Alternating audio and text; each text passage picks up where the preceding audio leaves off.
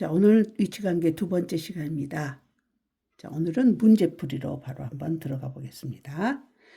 자, 아래 그림의 설명으로 옳은 것에 동그라미, 옳지 않는 거는 X표를 하세요. 그랬어요. 자, 오른쪽에 4개가 있습니다. 자, 이 그림을 먼저 봅시다. 이거 직선 L이고요.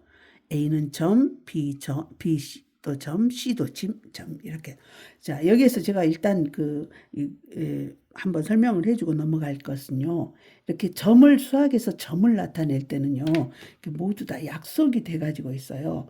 점을 표현할 때는 대문자로 표현합니다. 알파벳 대문자.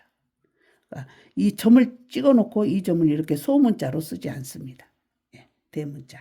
그 다음에 직선 또는 선분 이런 것들은 소문자로 쓰기로 약속이 돼 있어요. 이렇게 선을 그어놓고 이것을 L 이렇게 표현하지 않는다 그 말입니다.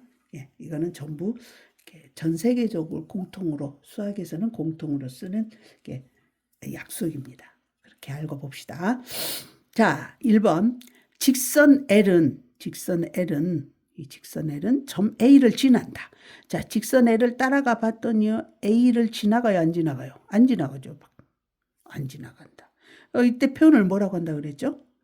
직선 L은 점 A를 지나지 않는다. 또는 점 A를 주어로 받으면 점 A는 직선 밖에 있다. 그렇게 표현하라 그랬죠. 밖에 있지 않으면 위에 있다. 자, 위에 있냐 밖에 있냐 그렇게 표현을 해야 된다 그랬어요. 자, 두 번째. 점 A는 직선 L 위에 있다. 점 A를 봤더니 직선 L 위에 있어요? 어디에 있어요? 밖에 있죠. 이것도 틀렸네요. 밖에 있다. 밖에 있다. 세 번째. 직선 L 위에 있는 점은 점 B와 점 C이다. 직선 L 위에 있는 점, 이것이 위에 있고 아래에 있고 그렇게 표현 안 한다겠어요? 이제 직선 L 위에 있는 거, 우리 마치 어떤 그 친구들하고 놀이를 할 때 선을 밟고 있으면 선 밟아서 죽잖아요. 그 선을 밟았다는 건 선 위에 있어서 선을 밟은 거예요.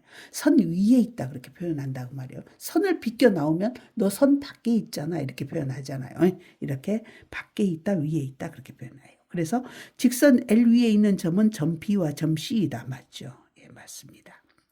그 다음 점 C는 직선 L 위에 있다. 점 C는 직선 L 위에 있다. 맞습니까? 예, 맞아요. 이렇게 하면 되겠어요.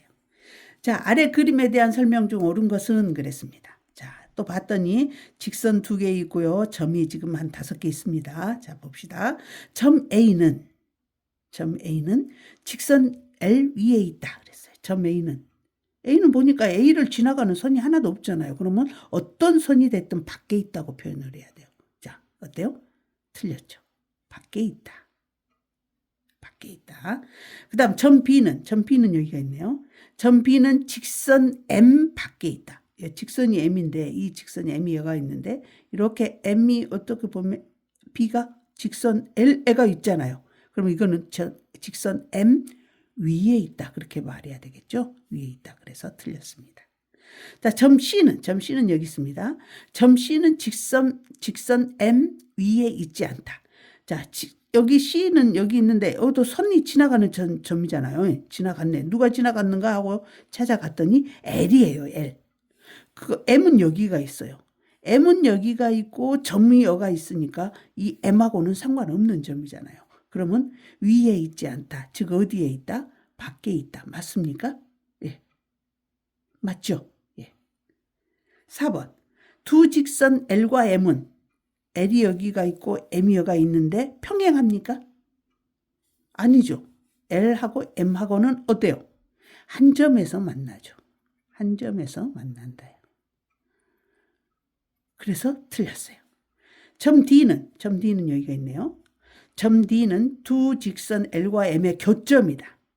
교점에는 교점, 만날 교자, 만나는 점이에요. 어째 D가 L하고 M이 만났어요? 여기서 안 만났어요. L하고 M은 어디서 만났어요? E에서 만났죠. 그래서 이걸 E로 고치면 맞는 말이고 또는 점 D를 고치지 않으려면 점 D는 두 직선 L과 M의 교점이 아니다. 그렇게 해야 맞겠죠. 그래서 이것도 틀렸습니다. 그래서 이 문제의 답은 3번이 되겠습니다. 자, 마지막 문제. 한 평면 위에 있는 서로 다른 세 개의 직선 LMN에 대해서 세 개나 있네요. 한 평면이라 그랬어요. 그럼 우리는 A4 용지 하나라고 생각을 하세요. 자, 그 위에 세 개의 직선이 있는데 이건 무슨 표시? 수직. M과 L은 수직. 수직은 만나는데 어떻게 만난다? 90도로 만난다. 또 M과 N도 수직. 자, 그러면 L과 N은 어떤 관계이겠느냐? 그렇게 물어봤어요. 그럼 한번 우리가 그려보게요. 자, 일단 이렇게 여기가 평면이 있다고 생각을 하고요. 한 평면 위에 세 개의 직선 LMN이 있는데 M하고 L하고 일단 수직이에요. 자, 우리가 수직으로 일단 한번 그려볼게요.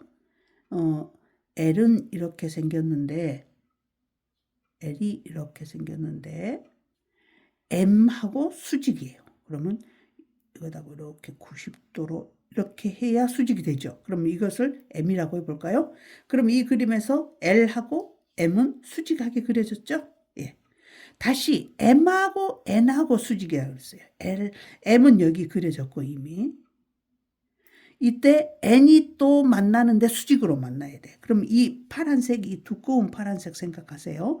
요 놈하고 또 90도가 만나야 되니까. 자, 이렇게 90도를 하나 더 만들어 봐요. 그러면 이 직선 M하고 새로 그린 이 N하고는 다시 수직이겠죠. 이렇게 그렸어. 그렇다면 L과 N은 어떤 관계냐? 이렇게 그려놓고 봤더니 L과 N이어가 있네요. M은 하나로 고정이 되어 있고 L이 요곳에 수직. 그러면 이 M과 수직인 직선을 내가 그리는데 이렇게 그리는데 뭐 얼마든지 더 그릴 수도 있잖아요. 이렇게 90도가 되게. 근데 이렇게 그리지 않고 다르게 또 90도로 만나게 그리는 방법이 있겠는가를 생각하면 없습니다. 예. 그래서 이 M과 L이 수직이게 그리고 다시 이 M과 N이 수직이고 그랬더니 이 두 개는 서로 어떠더라. 자, M하고 N을 봤더니 서로 어쩌더라. 평행하더라. 그래서 두 개의 위치 관계는 평행하다가 답이 됩니다. 이런 문제를 풀 때부터 이제 머릿속으로 어떤 도형을 상상하는 힘을 키워야 됩니다. 이제 그걸 이렇게 상상하는 힘을 키워야만 도형의 문제는 풀 수가 있어요. 수고하셨어요.